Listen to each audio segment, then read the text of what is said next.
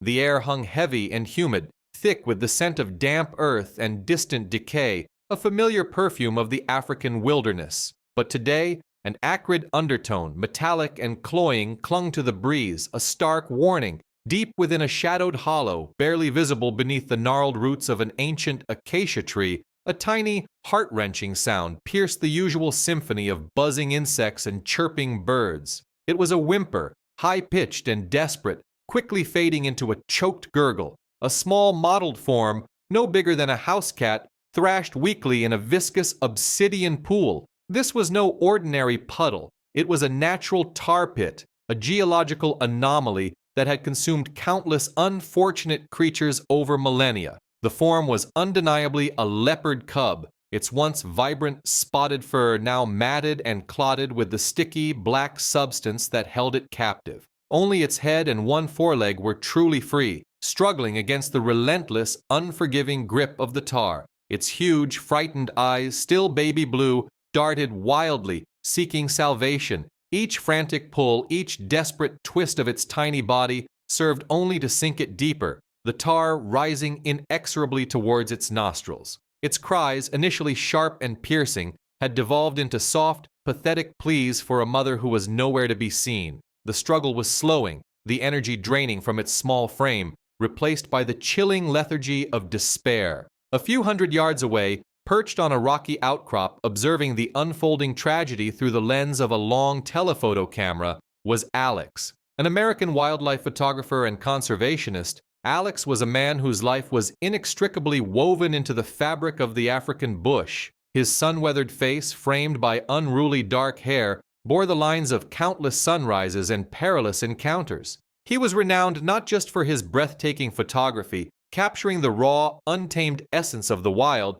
but also for his deep, almost spiritual respect for nature. Most remarkably, Alex often traversed the challenging terrain completely barefoot, a practice that many found perplexing but which he insisted allowed him a deeper connection to the earth and its creatures, a primal sensitivity to every vibration and texture beneath his feet. He called it listening with the souls. As the lens brought the cub's agony into agonizingly sharp focus, a wave of profound sorrow washed over Alex. He could practically feel the cold, suffocating embrace of the tar, the tiny lungs laboring for air. The cub, no more than a few months old, was clearly in dire straits, its entire lower body already swallowed by the black mire. The distance felt insurmountable, a chasm separating him from the unfolding horror. He was too far, too exposed, to simply rush in. The raw, primal fear emanating from the cub seemed to resonate directly with Alex's own heightened senses.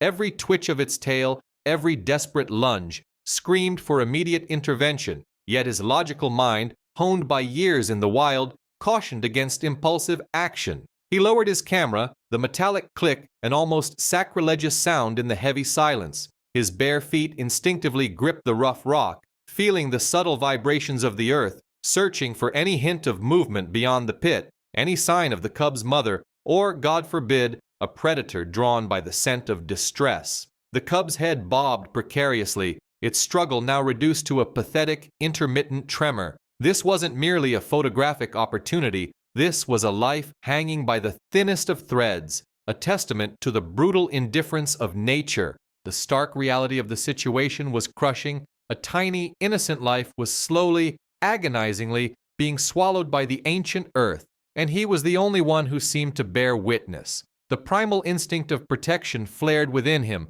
overriding all other considerations. He had to do something. This is just the beginning of a truly remarkable journey, one that will test the limits of human compassion and courage. If you're moved by stories of survival, resilience, and the extraordinary bond between humans and the wild, then make sure to hit that subscribe button. You won't want to miss how this incredible tale unfolds. Alex's lens, usually a bridge to understanding, now felt like a cruel barrier, freezing the cub's frantic struggle into a series of agonizing stills. He zoomed in, the tiny, desperate face filling his view, its eyes wide with terror, its cries reaching him even through the optical magnification. There was no sign of an adult leopard, no looming shadow of a watchful mother. This cub, probably no more than a few months old, was utterly alone, an orphan caught in nature's unforgiving grip.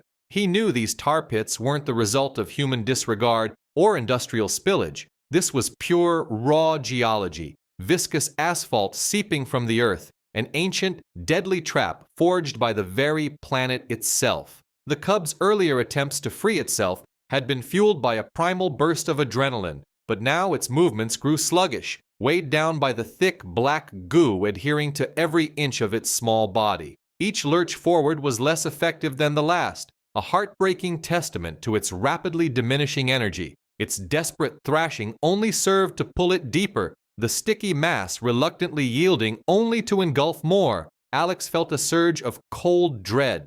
He was a seasoned observer of the wild, intimately familiar with its cycles of life and death, but witnessing such a slow, agonizing end when intervention felt so tantalizingly close gnawed at his core. The primary obstacle wasn't just the cub's precarious situation, but the tar pit itself. Approaching it without specialized equipment was an invitation to disaster. The edges could be unstable, the viscosity deceptive. One misstep, and he could join the cub in its wretched plight, becoming another tragic statistic in the wilderness. He scanned the perimeter, his bare feet instinctively assessing the ground's firmness. The earth around the pit, baked hard by the African sun, offered some purchase, but the black, bubbling surface gave no hint of its depth or stability. The absence of the mother was a stark and frightening reality. A leopardess, even in distress, would rarely abandon her offspring unless she was gravely injured or dead herself. This cub was truly on its own.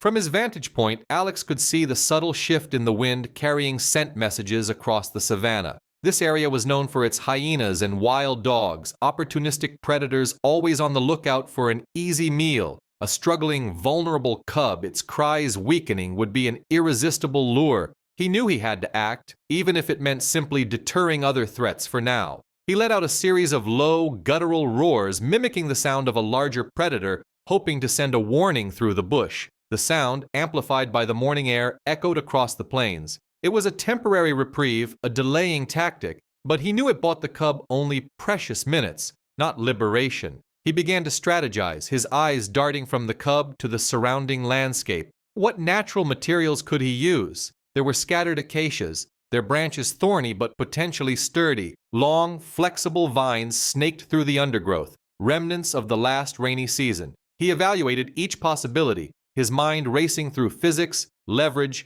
and the sheer audacity of what he was contemplating. It was a race against time, against nature's indifference, and against the cub's waning life force. He had to think clearly, act decisively, and most importantly, find a way to bridge the gap between himself and the suffering creature, without becoming ensnared by the same deadly trap. Each passing moment felt like an eternity, filled with the cub's silent plea and the urgent drumming of his own heart. The sun, an orange orb melting into the distant horizon, cast long, distorted shadows across the savanna, painting the scene in hues of gold and violet. But this fleeting beauty brought with it a chilling menace. As twilight deepened, a noticeable chill began to permeate the air, a stark contrast to the day's relentless heat. The cub, already weakened by its desperate struggle, started to shiver violently. Its whimpers, once filled with frantic energy, had now dwindled to soft, piteous moans, barely audible above the rising symphony of the African night. Alex knew what this meant. Hypothermia was setting in, a silent, deadly enemy that would claim the cub faster than any predator if he didn't act quickly. He scanned the immediate surroundings, his experienced eyes picking out the subtle shifts in the landscape. The shadows danced with unseen things, and the low, guttural grunts of unseen scavengers, hyenas perhaps, echoed from further off. The air itself seemed to thicken with anticipation, a primordial sense of hunting and being hunted. Time was no longer a luxury, it was a rapidly dwindling resource. Every passing minute ratcheted up the stakes. A profound ache settled in Alex's chest, a familiar feeling born from years of witnessing nature's brutal indifference and its fragile beauty. He remembered that young zebra caught in a snare, its eyes wide with terror, the metallic tang of its fear almost palpable in the air. He recalled the gut-wrenching helplessness he felt then, the limitations of human intervention against the vast, unforgiving wilderness. And the pangolin, trapped by poachers, its scales scuffed and dull, its spirit almost extinguished. Each memory, a raw wound, yet each also a forge for his resolve. These weren't mere animals to him, they were sentient beings, each with a spark of life, a right to exist. This cub, small and utterly vulnerable, stirred in him the same fierce protectiveness, an almost irrational need to defy the odds, to push back against the inevitable. He remembered an incident from years ago, a similar situation with a young baboon caught in quicksand.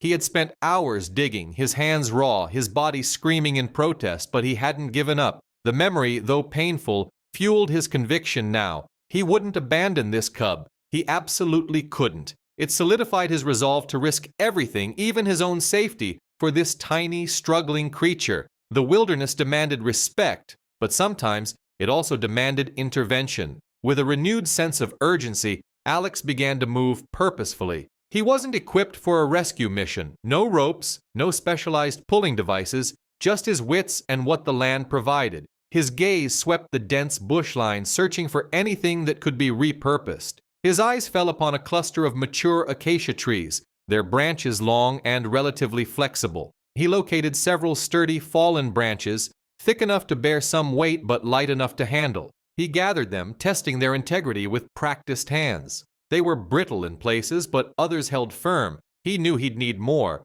Next, he sought out vines. The tangled undergrowth offered an abundance of them, some thin and weak, others surprisingly strong. He pulled at them, testing their tensile strength, discarding the flimsy ones and coiling the more robust ones around his arm. He envisioned fabricating a makeshift lasso, perhaps, or a series of interconnected poles to reach further into the tar without fully committing himself to its treacherous grip. The stickiness of the tar was his primary concern. It wasn't merely a liquid, it was a thick, viscous glue that would cling and drag, making any retrieve operation incredibly difficult. Every movement of the cub within the pit seemed to reaffirm this challenge, its tiny paws already cemented in place. Each pull, each desperate lunge merely sank it deeper, the tar resisting with a relentless, suffocating embrace. He needed leverage, something more substantial and rigid than just vines, but the branches he had found seemed almost pathetic against the sheer, overwhelming power of the tar pit. The thought of getting close enough to even attempt a reach without sinking himself was daunting. Alex carefully extended one of the longer, sturdier branches, its end wrapped with a loop of several twisted vines. He leaned precariously from the less stable edge, pushing the makeshift tool towards the struggling cub. The weight of the branch, combined with the extreme stickiness of the tar, made it incredibly difficult to maneuver. He aimed for one of the cub's front paws, hoping it might instinctively grasp the vine. He pushed, the branch bowing under the strain, its tip nearing the oily surface. The cub, now almost completely submerged save for its head and a patch of its back, lifted its eyes, a flicker of something akin to recognition, or perhaps just a desperate instinct passing through them. But it was too weak. Its tiny paws, already encrusted with thick black tar, barely twitched. Even if it wanted to, it couldn't grip. He tried again, urging it softly. "Come on, little one, just a little further." He maneuvered the loop closer to its head, hoping he could somehow lasso its neck or body. But the viscosity of the tar fought him at every turn. The branch snagged, then slipped, the loop collapsing futilely. With a sickening crack, the branch snapped under the pressure, its broken end splashing into the tar a few feet from the cub. The sudden movement sent a ripple across the surface, and Alex's own footing, already tenuous on the crumbly bank, shifted dangerously. He instinctively threw his weight backward, barely preventing himself from sliding headfirst into the noxious goo. He exhaled slowly, watching the broken branch slowly sink, disappearing into the dark, shimmering surface. Another attempt, another failure. His meticulously gathered tools, his carefully planned strategy, were proving insufficient against the brute force of nature. A wave of frustration, cold and sharp, washed over him. He was a conservationist, an observer, an intervener only in extreme circumstances. He believed deeply in the natural order, in allowing the wild to be wild, even in its most brutal manifestations. Yet, looking at the cub, its small head now barely above the surface, its breath coming in ragged gasps, all those philosophical tenets seemed to crumble. Was this merely nature taking its course, or was it a preventable tragedy? The cub's helplessness superseded any intellectual debate. Its eyes, wide and unfocused, held a profound, heartbreaking despair. There was no fierce wildness left, only utter submission to its terrifying fate. He grappled with the ethical tightrope he walked daily. Intervention often meant disrupting a delicate balance, a ripple effect that could have unforeseen consequences. But what balance was being preserved here? A tiny life struggling pointlessly against an inevitable, agonizing demise. This wasn't a predator-prey interaction, a natural culling. This was an accident, a cruel environmental trap. He felt the profound weight of this moment, the burden of being a conscious observer capable of action. To stand by and watch this cub die when he could do something felt like a betrayal of his own humanity, a violation of the very respect for life that defined him. The setting sun cast long, amber shadows, painting the scene with an almost ethereal, yet terribly final glow. The air was growing colder, and the distant call of a hyena echoed, a stark reminder of the approaching night and its inherent dangers. He closed his eyes for a moment, picturing the cub's face, its small, desperate plea. The image burned into his mind, eclipsing all doubt, all reservation. He opened his eyes, a fierce new resolve hardening his jaw. The makeshift tools were not enough. Leaning against his bag, his worn leather boots seemed an insurmountable barrier to the direct, tactile connection he needed. He looked at the vast, viscous expanse of the tar pit, then back at the dying cub. There was only one way. He made the conscious, courageous, yet utterly terrifying decision. He would go in. He would enter the tar pit himself. The risk to his own life, his own freedom of movement, was immense, but the alternative was unbearable. He couldn't let this little one perish without trying everything. The sheer scale of the challenge suddenly overwhelmed him. The makeshift tools, gathered with such hope, now lay at his feet, seeming utterly inadequate.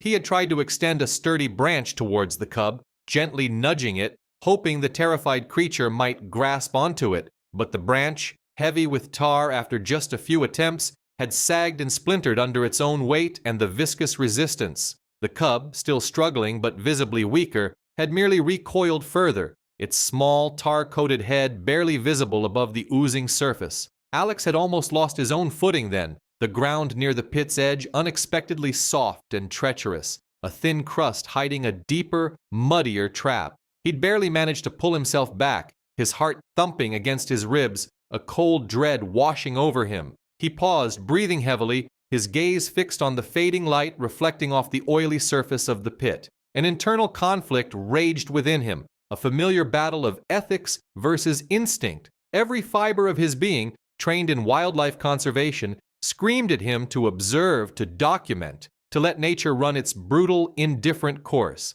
This was the wild, after all, survival of the fittest. Yet, the small, desperate cries of the cub, now almost inaudible, directly contradicted that cold logic. He was a human being, capable of compassion, capable of intervention. Was he to stand by and watch this helpless creature perish simply because it was natural? He remembered the words of an old mentor, a seasoned naturalist who had spent a lifetime in the bush. Sometimes, Alex, the greatest respect you can show nature isn't to leave it alone, but to acknowledge your place within it and to act with the wisdom and kindness you possess. The cub's helplessness, its utter inability to save itself, gnawed at him. It was an orphan, alone, struggling against an impossible foe. The wild was unforgiving, but it wasn't always just. His reservations about interfering, about altering the natural order, crumbled before the stark reality of the cub's impending death. This wasn't about him or about grand ecological principles.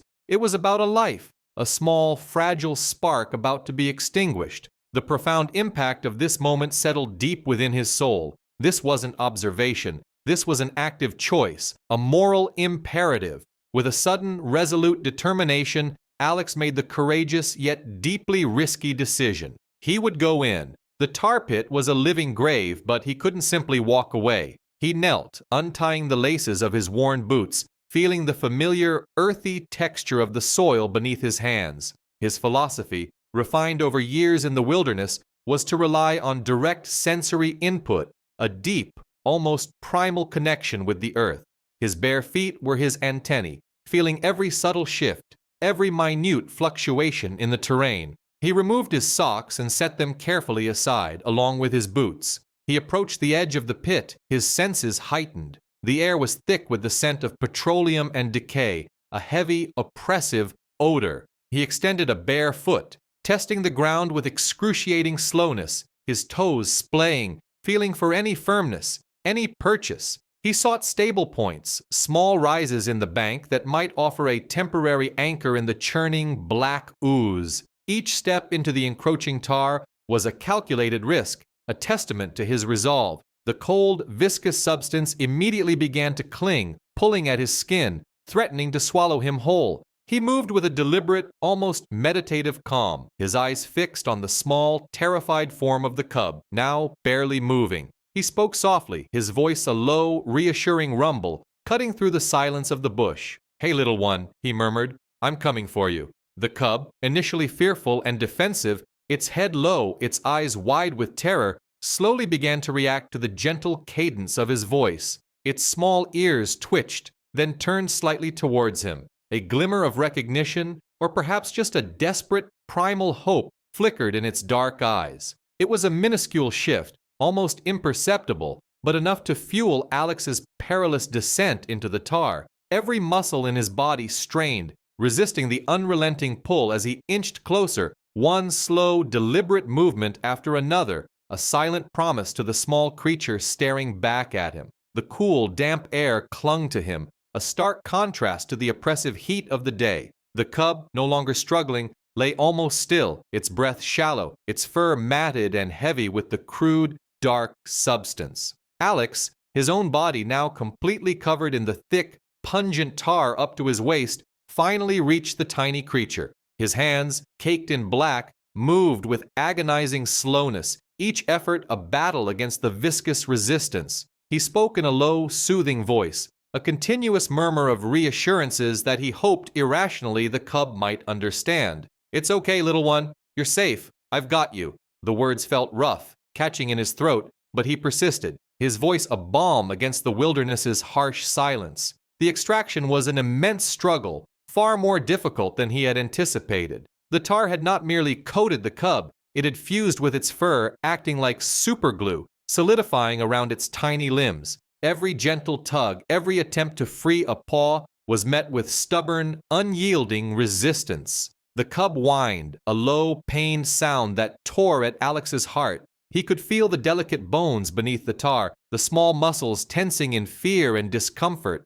He had to be gentle, yet firm, exerting just enough pressure to liberate it without causing further injury. He worked slowly, meticulously, trying to loosen the tar's grip from around its chest and belly first, knowing that was where the most pressure would be concentrated and where it could suffocate. The air grew heavy with the smell of tar and his own exertion, a primal musk of fear and effort. His fingers, now almost numb, scraped carefully against the cub's fur, separating the sticky strands one agonizing millimeter at a time. It was like trying to pull apart two perfectly glued pieces of fabric, only one was a living, breathing creature. The cub's small head lifted slightly, its eyes, barely visible through the encrusted tar, fixed on Alex. There was no aggression, only a profound weariness, a desperate plea for relief. He felt an overwhelming surge of compassion, a fierce protectiveness that transcended species. He continued his gentle ministrations,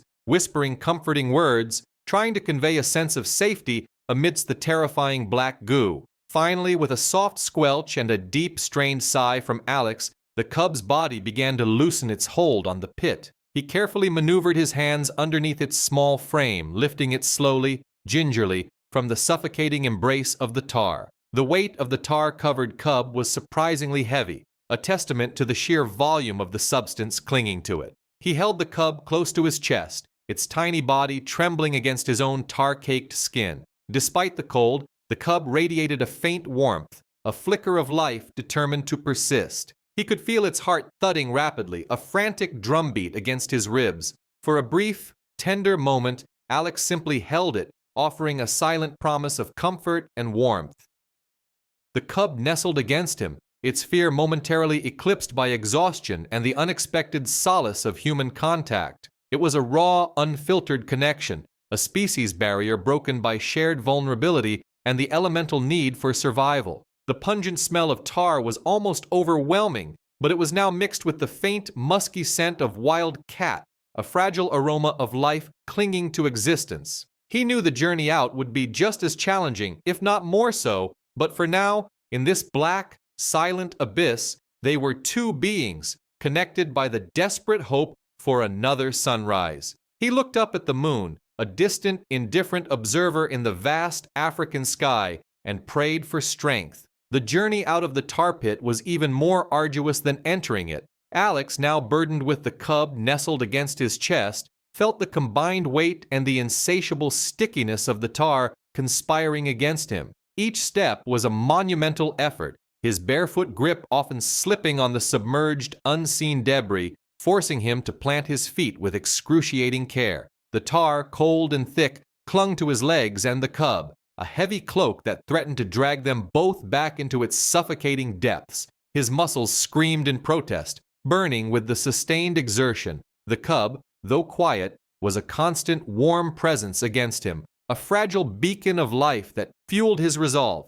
He used his arms, not just to carry the cub, but to occasionally pull himself forward, digging his elbows into less viscous patches when his feet floundered. The moon, now higher, cast long, distorted shadows, making the escape feel like a surreal, slow-motion nightmare. Every few feet he had to pause, taking deep, ragged breaths, allowing his heart to slow its frantic rhythm before pushing onward. The edge of the pit seemed an impossible distance away, a shimmering mirage in the moonlight.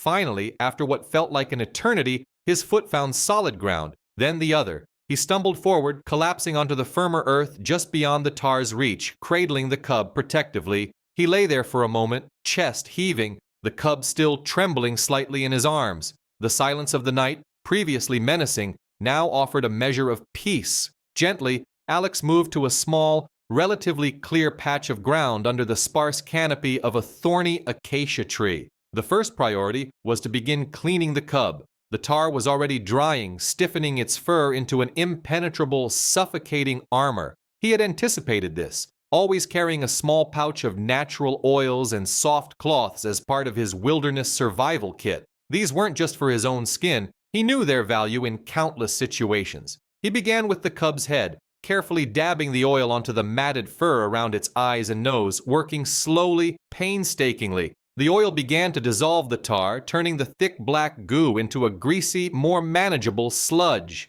The cub, initially resistant, seemed to understand that this strange human was trying to help. It whimpered softly as he worked, occasionally batting weakly at his hands with a tar-covered paw, but mostly submitting to the gentle, persistent ministrations. Alex used the soft cloths to wipe away the loosened tar, revealing patches of the cub's beautiful, spotted fur underneath. It was a slow, meticulous process, requiring infinite patience. He focused on the critical areas first, ensuring the cub could see, breathe, and move its limbs without the constricting grip of the tar. As he worked, he remained acutely aware of his surroundings. His senses, heightened by the ordeal, were on constant alert. The rustle of dry leaves, the distant call of a night bird, the faint scent of something in the wind, each sound, each smell was meticulously registered. He knew that their struggle had created commotion, potentially drawing unwanted attention. The wilderness was unforgiving, and a distressed, vulnerable cub,